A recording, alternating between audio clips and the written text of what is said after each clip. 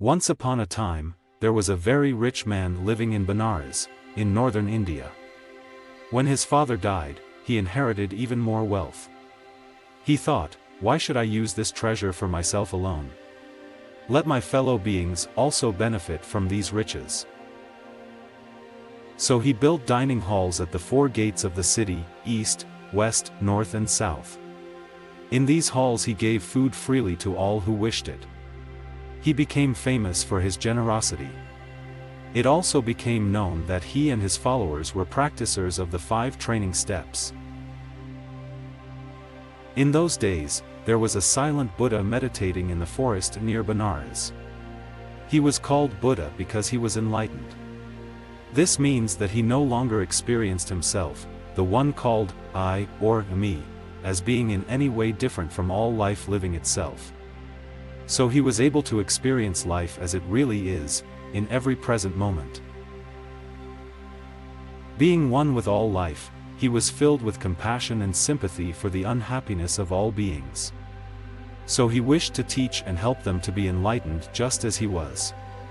But the time of our story was a most unfortunate time, a very sad time. It was a time when no one else was able to understand the truth, and experience life as it really is. And since this Buddha knew this, that was why he was silent. While meditating in the forest, the silent Buddha entered into a very high mental state. His concentration was so great that he remained in one position for 7 days and nights, without eating or drinking. When he returned to the ordinary state, he was in danger of dying from starvation. At the usual time of day, he went to collect alms food at the mansion of the rich man of Benares. When the rich man had just sat down to have lunch, he saw the silent Buddha coming with his alms bowl. He rose from his seat respectfully. He told his servant to go and give alms to him. Meanwhile, Mara, the god of death, had been watching. Mara is the one who is filled with greed for power over all beings. He can only have this power because of the fear of death. Since a Buddha lives life fully in each moment, he has no desire for future life, and no fear of future death. Therefore, since Mara could have no power over the silent Buddha, he wished to destroy him. When he saw that he was near death from starvation, he knew that he had a good chance of succeeding. Before the servant could place the food in the silent Buddha's alms bowl, Mara caused a deep pit of red-hot burning coals to appear between them. It seemed like the entrance to a hell world. When he saw this, the servant was frightened to death. He ran back to his master. The rich man asked him why he returned without giving the alms food. He replied, "My lord, there is a deep pit full of red-hot burning coals just in front of the silent Buddha." The rich man thought, this man must be seeing things. So he sent another servant with alms food. He also was frightened by the same pit of fiery coals. Several servants were sent, but all returned frightened to death.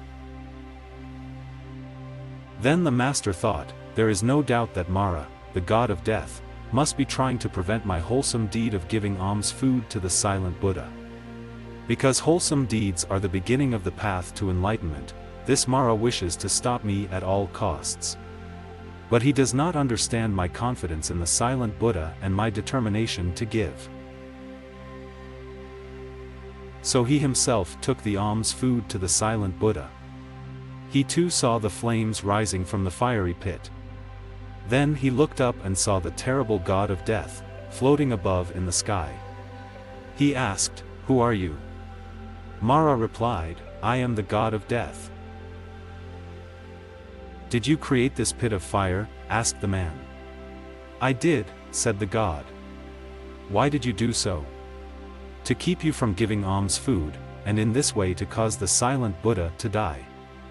Also to prevent your wholesome deed from helping you on the path to enlightenment, so you will remain in my power." The rich man of Benares said, "O Mara, god of death, the evil one, you cannot kill the silent Buddha, and you cannot prevent my wholesome giving. Let us see whose determination is stronger.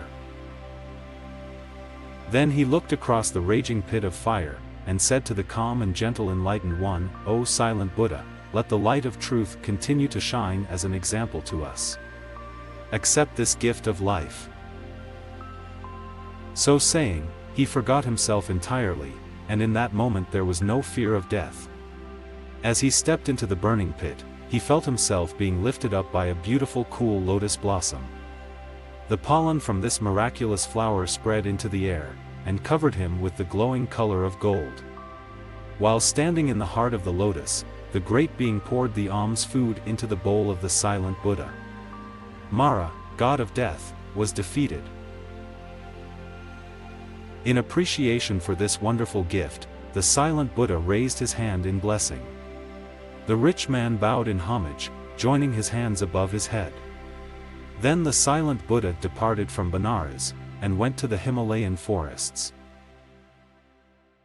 Still standing on the wonderful lotus, glowing with the color of gold, the generous master taught his followers. He told them that practicing the 5 training steps is necessary to purify the mind.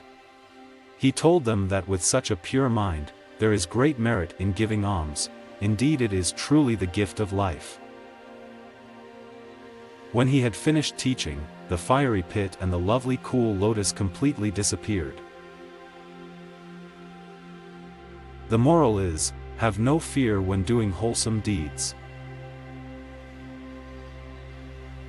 Thank you for being with us. Please like, share and subscribe for more videos.